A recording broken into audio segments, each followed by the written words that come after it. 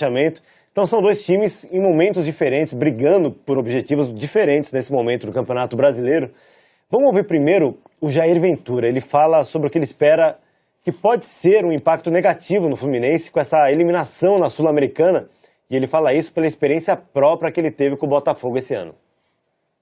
O Botafogo viveu essas eliminações esse ano também na Libertadores e na Copa do Brasil. E, se eu não me engano, vocês podem me ajudem. Nós vencemos sempre o jogo seguinte.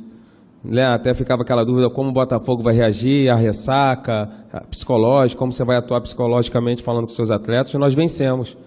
É aquela coisa de poder provar sempre no próximo jogo que a gente pode fazer algo diferente. Espero que eles não consigam. Mas nós lidamos com esse momento e lidamos muito bem. Então vejo o Fluminense forte de qualquer maneira, classificando ou não. Agora eles estão com foco só no Campeonato Brasileiro como a gente.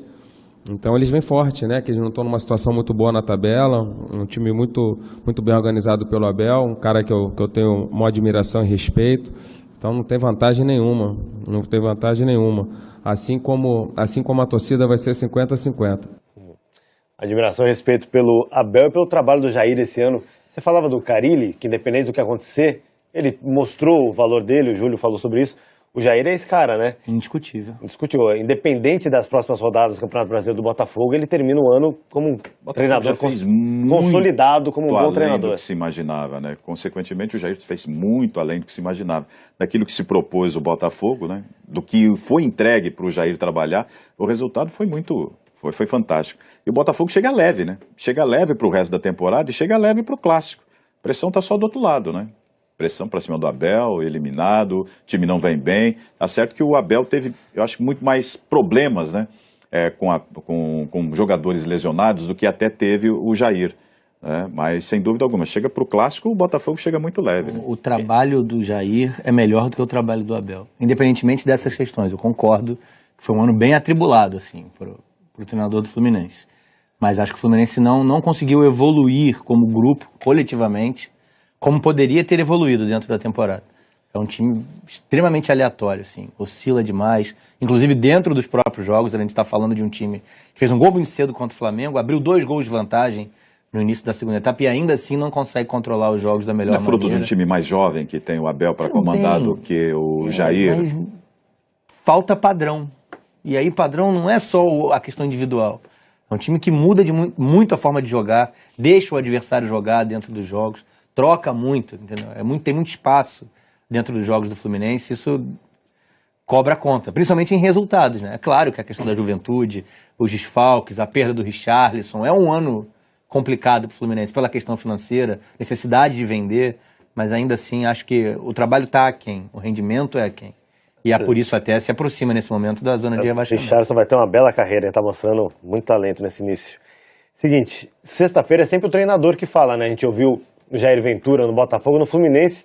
Hoje o Abel teve folga da entrevista coletiva e o gerente de futebol, Alexandre Torres, foi quem falou com a imprensa justamente sobre essa questão abordada pelo Jair. Se o time vai sentir ou não a eliminação na Sul-Americana.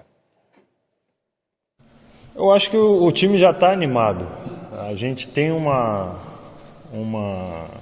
como eu falei, depois do jogo teve aquela ressaca geral, tanto acredito eu, dos torcedores, como da diretoria, da comissão técnica, dos jogadores. A gente imediatamente tentou ali já levantar o astral dos jogadores, virou a chave e os jogadores têm a plena consciência de que tem que realizar bons jogos a partir daquilo ali que a gente fez nessa última partida.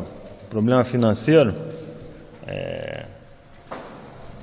vários times enfrentam, é uma realidade hoje do nosso futebol e a gente tem que superar. O time não vai mudar, o elenco que a gente tem é esse aí, então esses jogadores dentro de campo, eu tenho certeza que eles têm condição de dar essa resposta dentro de campo. Júlio, os amigos, amanhã na hora do almoço, que vão estar falando sobre esse jogo, que eles vão? Qual vai ser o papo? Vão estar falando, o Fluminense está sem cabeça. Os amigos os dois. Então, na mesa tem torcedores, os dois. Uma zoação, eles estão falando sobre o jogo. E eles estão.